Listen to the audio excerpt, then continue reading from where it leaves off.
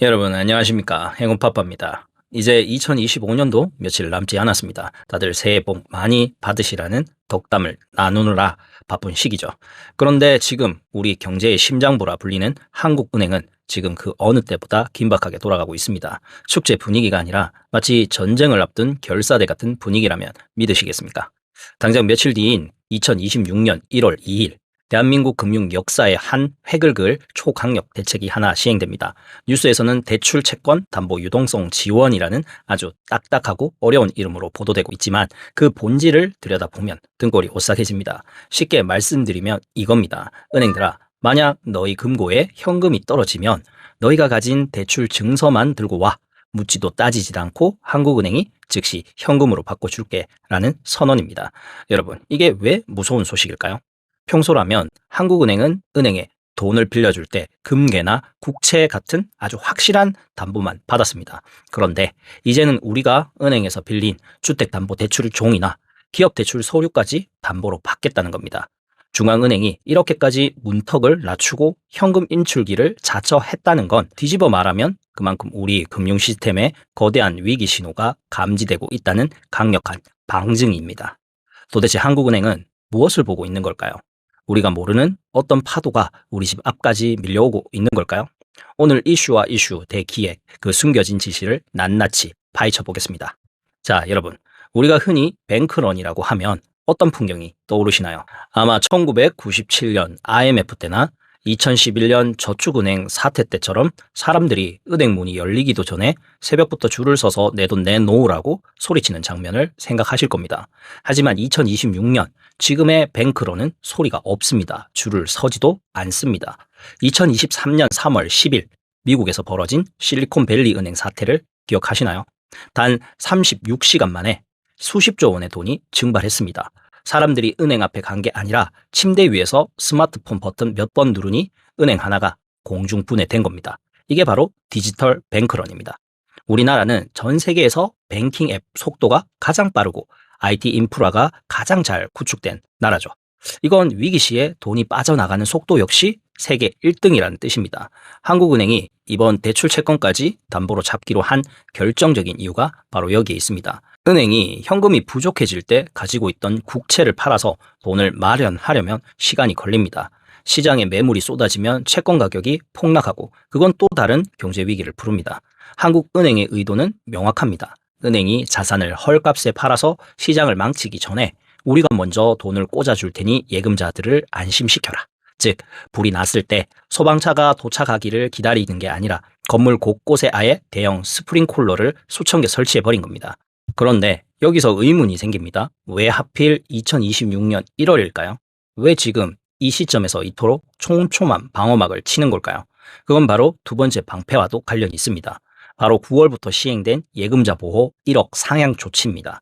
여러분, 이 1억 상향이라는 소식 들렸을 때 그저 이제 내 돈을 더 많이 지켜주는구나 라고만 생각하셨나요? 사실 이 조치는 단순한 서비스가 아닙니다. 우리나라 금융 역사 24년 만에 처음으로 빗장을 푼 일종의 심리적 방어벽입니다.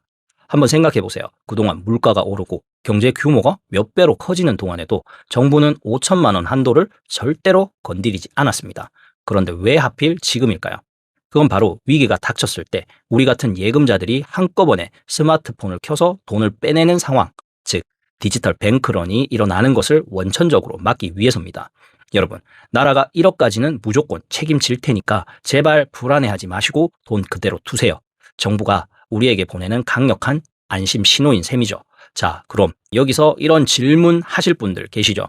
행운파파님, 그럼 이제 돈을 어떻게 관리해야 하나요? 결론부터 말씀드리면 금융기관별로 각각 1억 원입니다. 국민은행 1억, 신한은행에 1억, 기업은행에 1억, 우리은행에 1억 넣어두셨다면 그 4억 원 모두가 각각 보호를 받습니다. 하지만 주의하세요. 내가 거래하는 은행의 지점이 강남에 있고 종로에 있다고 해서 나눠 넣는 건 소용없습니다. 한 은행은 무조건 합쳐서 1억입니다. 여기에 우리 시청자분들이 절대 놓치면 안 되는 꿀팁이 하나 더 있습니다. 일반 예금 1억 말고도 퇴직연금 DC형이나 IRP는 별도로 다시 1억까지 보호가 됩니다. 즉, 한 은행에 내 예금 1억이 있고 그 은행에 퇴직연금 1억이 또 있다면 나의 보호 한도는 총 2억이 되는 겁니다. 이걸 아느냐 모르느냐에 따라 위기 시 내 자산의 운명이 달라집니다. 그런데 말입니다. 9월에 예금자 보호 한도를 올려서 국민들을 안심시켜 놨으면 됐지.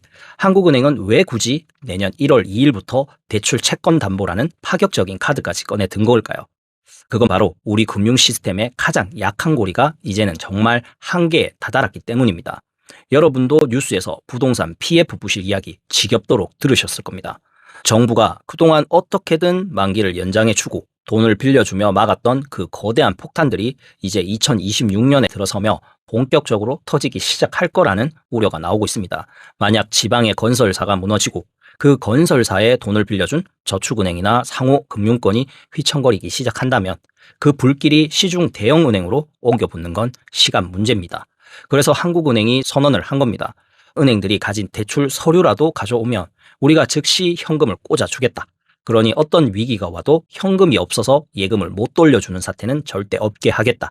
이게 바로 1월 2일 새해 벽두부터 한국은행이 이토록 서둘러 비상벨을 누를 수밖에 없었던 진짜 이유인 겁니다.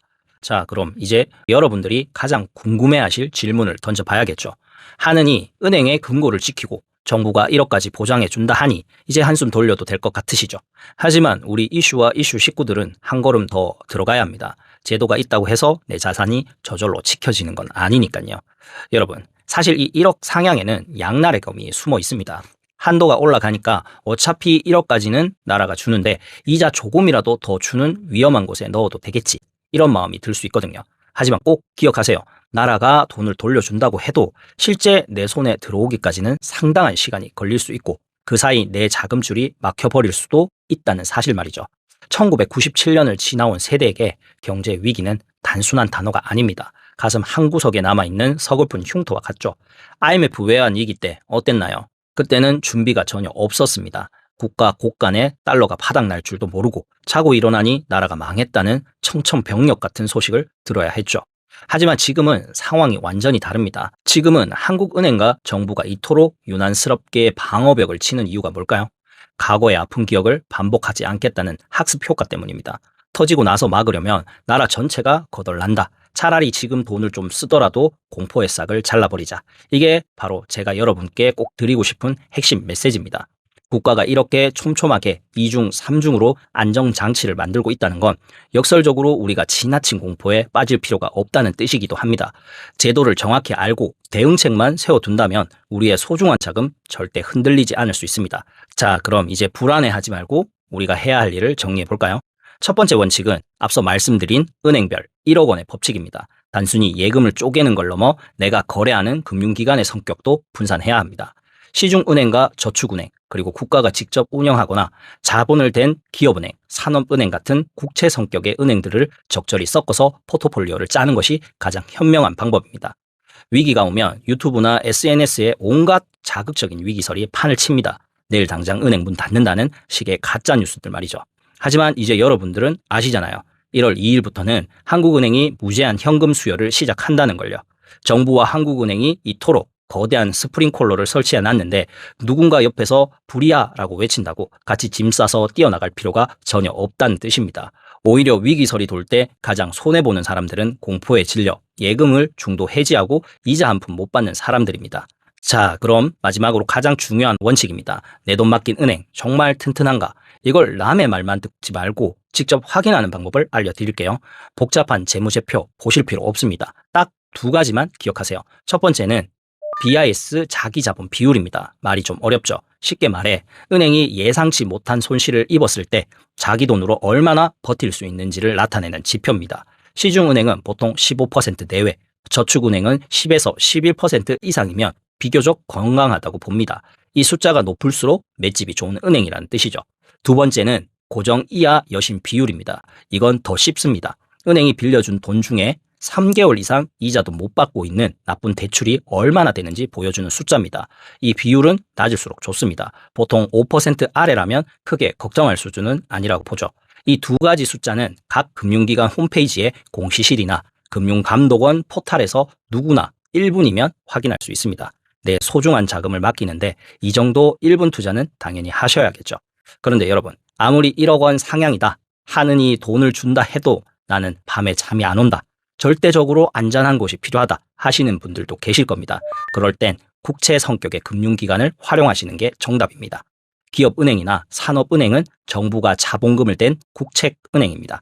물론 법적으로는 다른 은행과 똑같이 1억 한도가 적용되지만 사실상 국가가 망하지 않는 한 전액이 보상된다는 믿음이 시장 전체에 깔려 있습니다. 특히 우체국 예금은 예금자 보호법이 아니라 우체국 예금보호법에 따라 국가가 금액 제한 없이 전액을 지급 보장합니다. 수익률은 조금 낮을지 몰라도 불안감이 크신 분들에게는 이보다 튼튼한 금고는 없겠죠. 자, 이제 정리를 좀 해보겠습니다. 9월에 예금자 보호 1억 상향, 그리고 며칠 뒤 시행될 1월 2일에 한국은행 긴급대책. 이 두 가지는 우리 금융 역사상 유례를 찾기 힘든 촘촘한 이중잠금 장치입니다. 정부와 한국은행이 왜 이렇게까지 유난을 떨며 방패를 만드는 걸까요? IMF 시절 우리가 아무런 준비 없이 당했던 그 고통이 얼마나 컸습니까? 자고 일어나면 은행이 문을 닫고 평생 일궈온 직장이 하루아침에 사라지던 그 지옥 같았던 날들을 몸서리치게 기억하고 있습니다. 그때 우리가 배운 가장 뼈아픈 교훈은 위기가 닥치고 나서 막으려고 하면 이미 늦는다는 것이었습니다. 그래서 정부와 한국은행이 이렇게 유난을 떠는 겁니다. 디지털 뱅크런이라는 빛의 속도로 움직이는 괴물을 막으려면 이런 가잉 대응만이 유일한 해결책이기 때문입니다. 결국 9월에 1억 상향과 며칠 뒤 시행될 1월 2일에 하는 대책은 우리 금융의 기초 체력을 뿌리부터 바꾸는 작업입니다. 9월에는 예금자인 여러분의 심리를 1억이라는 숫자로 묶어두고 1월에는 은행의 금고를 무제한 현금 수혈로 꽉 채운 겁니다. 자, 이제 정리가 좀 되시나요? 국가가 이렇게 촘촘하게 2중, 3중의 자물쇠를 채워놨으니 이제 우리는 막연한 공포에서 벗어나도 되는 겁니다. 우리 이슈와 이슈 식구 여러분, 위기는 언제나 소리 없이 찾아오지만 그 위기를 이겨내는 지혜는 우리가 직접 준비할 수 있습니다. 오늘 제가 정리해드린 은행별 1억 원 분산 법칙, 그리고 내 은행 건강 상태 직접 확인하는 법, 이것만 딱 머릿속에 넣어두십시오. 남들이 위기설에 휘둘려 공포에 질려 예금을 깨고 손해를 볼 때 제도를 정확히 아는 여러분은 오히려 그 위기를 기회로 삼는 진짜 경제 고수가 되실 겁니다. 오늘도 끝까지 함께해 주셔서 정말 감사합니다. 내용이 조금 길고 어려웠을 수도 있지만 이 영상을 끝까지 보신 것만으로도 여러분은 이미 대한민국 상위 1%의 경제 해안을 가지신 겁니다.